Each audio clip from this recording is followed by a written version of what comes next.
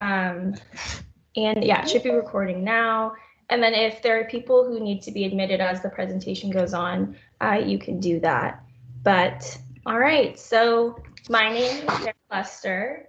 I'm the company wellness manager. I'm the registered dietitian, nutritionist, and a certified health coach. And I'm starting wellness office hours. And so, I have to decide the timing, but on Fridays, I want to put together little presentations just to go over some wellness topics. And today is mental health and in the COVID-19 pandemic. I think this is a particularly important topic to talk about. So I just decided to start a little presentation, and you guys can ask some questions at the end if you have any. And yeah, if you could just mute your microphones, but thank you. Okay. So the purpose of this presentation, it's to help Lester team members identify some mental health red flags. It's to provide tools and resources to Lester team members who are struggling with their mental health or who want to optimize their mental health. And it's to normalize discussions about mental health in the workplace. Studies show the more you talk about it, the more you are educating people about mental health, it reduces the stigma and it encourages people to seek treatment and to start dialogues about mental health.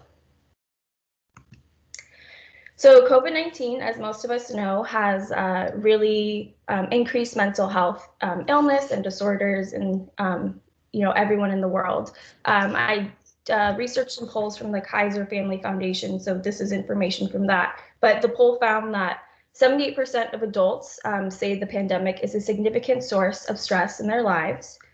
4 in 10 adults in the US have reported symptoms of anxiety or depressive disorder during the pandemic. And this is up from 1 in 10 adults in 2019. 36% of polled adults reported difficulty sleeping, 32% of polled adults reported difficulty eating, and 12% reported worsening chronic health conditions due to worry and stress over COVID-19. So, the stress of COVID-19 is affecting behavior and it's affecting physical health conditions as well. And poor mental health due to the pandemic is disproportionately affecting young adults, age 18 to 24, women, and people in communities of color.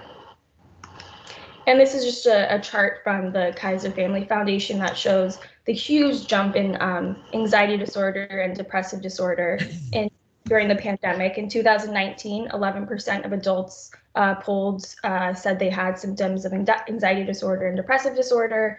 But by January 2021, it was up to 41%. So, this really is a mental health pandemic as well as the COVID-19 pandemic. So there are, multiple types of symptoms that your mental health might be declining and that I wanted to go over. So the first type is cognitive. And this could look like memory problems, inability to concentrate, seeing only the negative. You might find yourself being more pessimistic throughout the day. You could find yourself having new anxious or racing thoughts, in constant worrying. Emotional symptoms of declining mental health, you could find yourself that you're more depressed or generally unhappy than you usually were before. You have more anxiety, you're more agitated, you're more moody, irritable, or angry. You might lash out at your loved ones more, and just, you might just be a little more irritable. You're feeling overwhelmed with things that you usually felt like you could take on at work or in your social life, in your personal life, and you have increased feelings of loneliness and isolation. Stress, anxiety, depression can manifest physically as well. It's not uncommon to have a lot of muscle tension. And so, you could have a lot of aches and pains, headaches, jaw pain, neck pain, back pain. That can definitely be a manifestation of declining mental health. Upset stomach, nausea, vomiting, diarrhea, constipation. I know for me that when I'm particularly stressed, my acid reflux gets a lot worse. So any GI distress could indicate that could be linked to declining mental health. You could have some dizziness, rapid heart rate, and chest pain. And stress does compromise the immune system. And so you could find yourself getting sick more often, if it's just a cold, your allergies, or flu-like symptoms. And then behavioral symptoms of declining mental health. Some people, when they are stressed out, they don't eat as much, but in other cases, food is a coping mechanism. Same with sleep. You could be not being able to fall asleep or stay asleep, or you are sleeping too much. You are withdrawing from others, so you are not really wanting to commit to plans that usually you would be excited to do. You're not wanting to interact with your family or your friends. You just kind of want to be alone.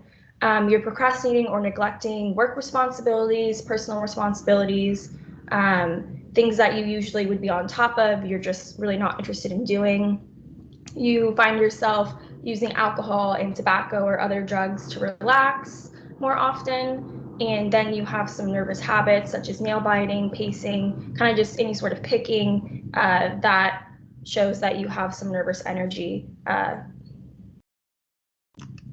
And so I have laid out some coping strategies. The first type is the short-term coping strategies.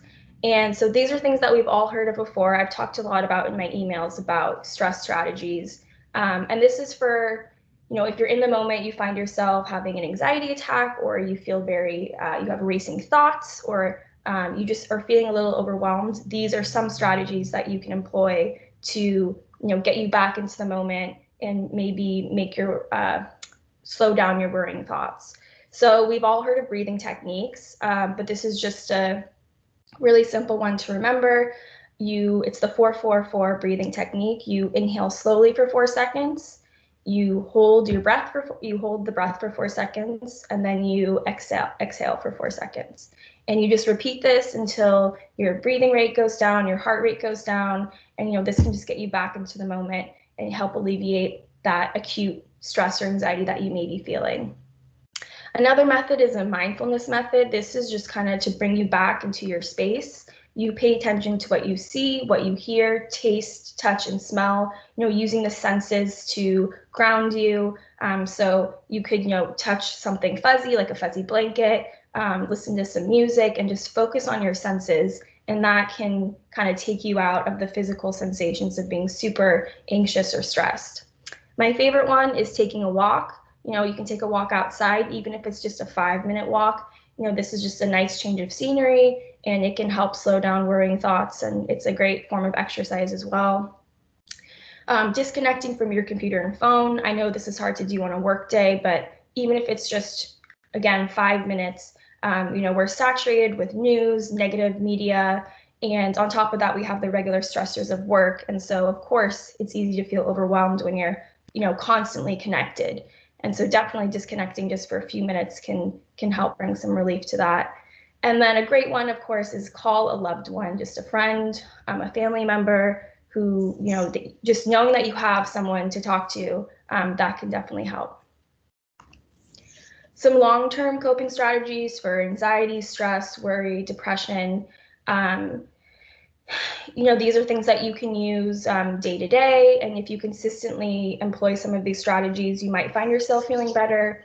A great one is just simply expressing gratitude. Studies show that people who think about what they're grateful for are more positive, optimistic, and happier. And expressing gratitude can look like journaling each morning, or just verbally saying what you're thankful for.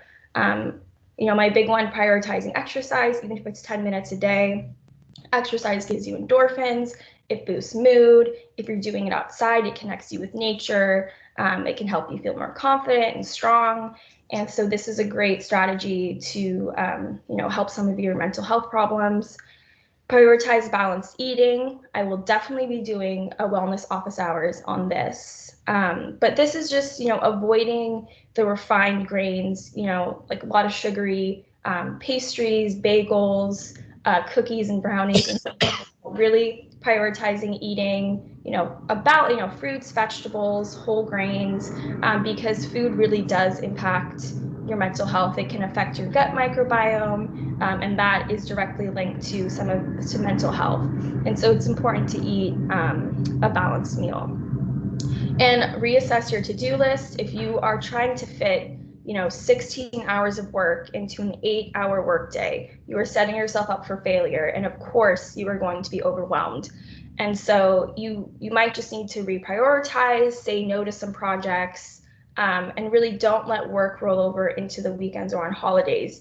You have to take the breaks, because if you don't, it's going to decrease your productivity and efficiency, and down the road, it's not going to lead to great mental or physical health.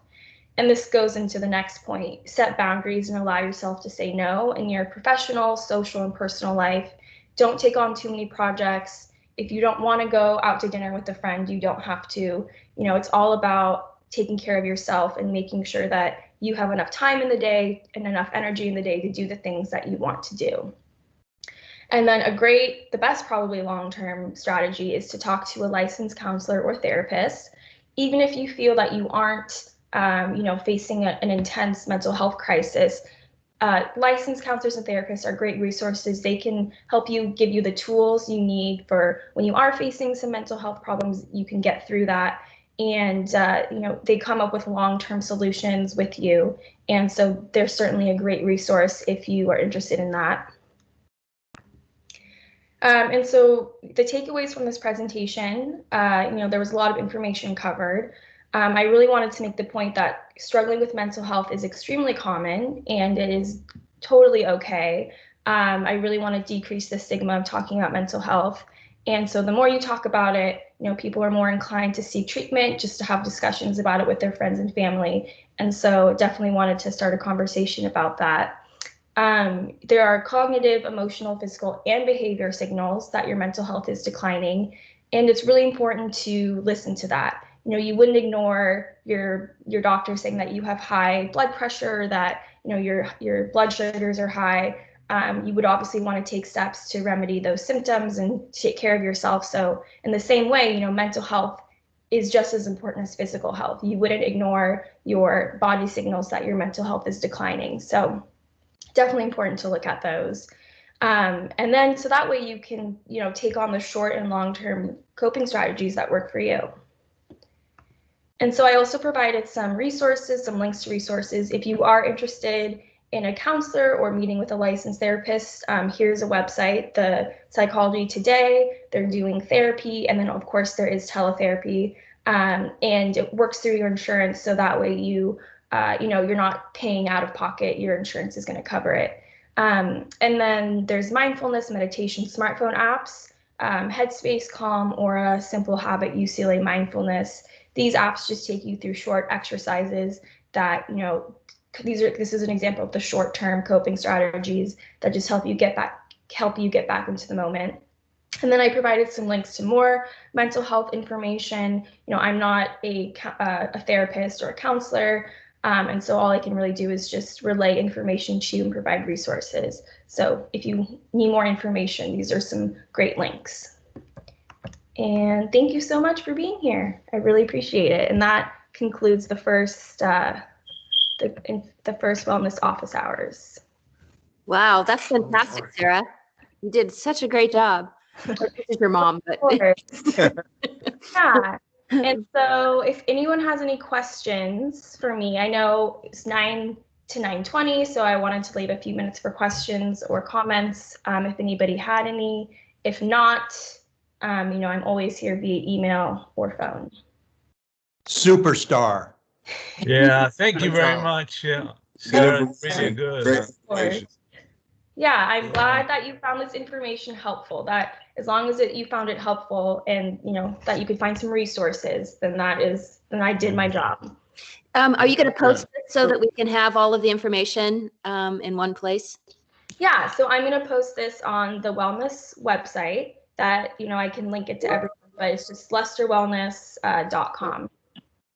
Yeah, Sarah. So, Sarah, I've got a question. Mm-hmm. Yes. Sarah, I've got a question. It's all of us seem to be overwhelmed with MS Team and Zoom calls all day. And of course, by the end of the day, when we come home, we're physically exhausted. And all of us are committed to doing well at work. How do we take ourselves out of these 8, 9, 10 Zoom calls a day to give ourselves a break? I mean, that's I'm trying to figure out, how do we discipline ourselves to do that? I know, it's really hard. I mean, it's just really about your priorities. At some point, you just have to say, I'm so sorry, I need to step away. You can set an alarm, you have to create those boundaries, or else you are going to get sucked into a 10-hour day. But if you say to the person you're working with, to your coworker, I just need to take 10 minutes for myself to go on a walk, to eat my food, to have a cup of tea. So it's just, setting those boundaries. And I think it's important that we start, advocating for ourselves. So it's hard. There's apps that you can get on your computer where they will send you notifications to like stand up or go take a break, and you can set the time limit so it'll actually pop up on your screen. I need to remember the name, but I can get it and send it out. Mm-hmm. Yeah, that would be useful. Yeah, absolutely. I think so many of us just get caught up in work. And I think if we can have some type of prompt, I think that'll help all of us at Luster and our teaming partners and our clients, because everybody can benefit from this. Definitely. And it also might be helpful to have, like not a tradition, what's the word? But after your work day, you go home and you have a relaxation routine, or I guess we all are working from home, but to separate the work day from the rest of the day, you have some sort of routine. Maybe it's at the end of each work day, you go on a walk.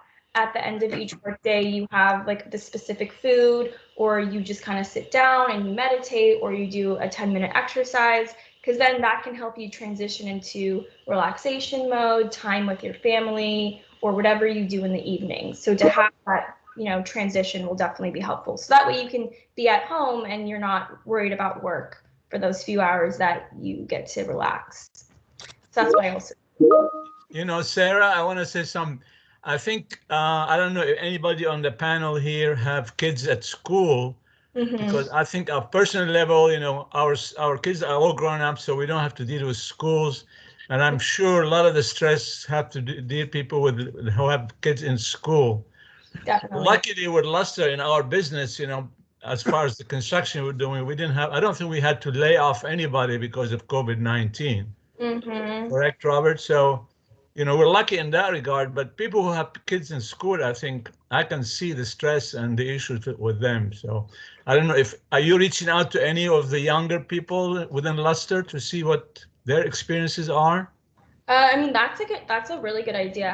I hadn't thought about doing that, but I definitely, for the people who do have kids, I think that would be a great idea, because that is the reason why women are disproportionately facing some of the mental health illnesses during the pandemic, is because they're taking on, getting their, educating their kids, making sure their kids are, on Zoom, and they're working and they're taking care of the house. So that's a really good point. So it'd be a good idea to reach out to the younger people who have kids, for sure. Yeah. Hey, Sarah, if I may, I dropped the call there. I think one of the stressors and mental health challenges are internet connections in these days. But I just wanted to mention another thing to consider, and thank you very much for doing this presentation. Very well done. I think, at least in terms of the folks that are working with HNTB, we're re-entering the workplace. So starting very soon, we have to put on regular pants and shoes and stuff like that. And that brings with it its own set of stressors. And so on the MMIP project, we're definitely considering what it's like and how it affects people when they come back into the workplace. Suddenly we're now dealing with commuting again, and our days have gotten hours shorter because we're spending time in cars. And so those can be some mental health stressors too. So I think that's something to just consider as we move forward, as people do start reintegrating into the workplace. Yeah, that's a great point. And I think my last email might have touched on that. Yeah, as the pandemic we transition to some sense of normalcy, we're gonna be reintroduced to all of the regular stressors that we faced before. And so that is also something to consider. Yeah, like exactly what Jeff was saying, like we're gonna have to be waking up earlier, we're gonna be commuting, even I'm not sure if anyone, there might be some social stressors, a lot of more gatherings. And so that's something that to be prepared for as well. So there's the pandemic stressors and then the post-pandemic stressors that we all have to be ready for. It'd be great for you to do a session maybe down the road on re-entering like the world, because I think we've all been hermits and it's been wonderful. in some ways, but it's been also like, we don't even know, as Jeff said, how to put on our pants anymore in the way, I mean, we just, it's all about blouses and shirts and ties. So it would be great to kind of look at that as a really great session, or at least part of your blog. Yeah, I completely agree. I think that would be a great topic to touch on for sure. And it's something that we're all going to need to know about, because we will be re-entering pretty soon as more and more people get vaccinated, which is exciting, but also, again, it brings those stressors back. Yeah. Hey, Sarah, Ron. Sue Ann was on NBC Channel 12 this morning doing a presentation on etiquette and the questions that you do and don't ask when you go back to work with regard to, have you had the vaccination? Have you not had the vaccination, and so forth, because those are stressor questions. Yeah. And depending on what side of that aisle you're on, it becomes almost like talking politics and religion. Yeah, true. So that's probably something we ought to consider, is not to provide that to those of our work compatriots and so forth, that that question may not be appropriate. Yeah, I definitely agree. I think that question, you know, just all those personal questions surrounding COVID, it's probably best to avoid, just to make everybody comfortable. But yeah, that's a good point too. All right. Well, if there are no other questions, I'm going to stop recording. Thank you everyone for being here. It was great. Sorry, there's the plane going on. I'm going to post this to the website, and I'm going to figure out, you know, the frequency in which I want to do these presentations. You can email me if you have any suggestions. And also, if there are certain topics that are interesting to you, definitely email me, because, you know, I want everybody to be engaged and the topics to be meaningful to them. So if there's a special wellness topic that you want to learn about, just let me know and I can do a presentation on it. All right. Thank you. All right. Thank Thank you very you. much. Great job, Sarah. Thank you so much.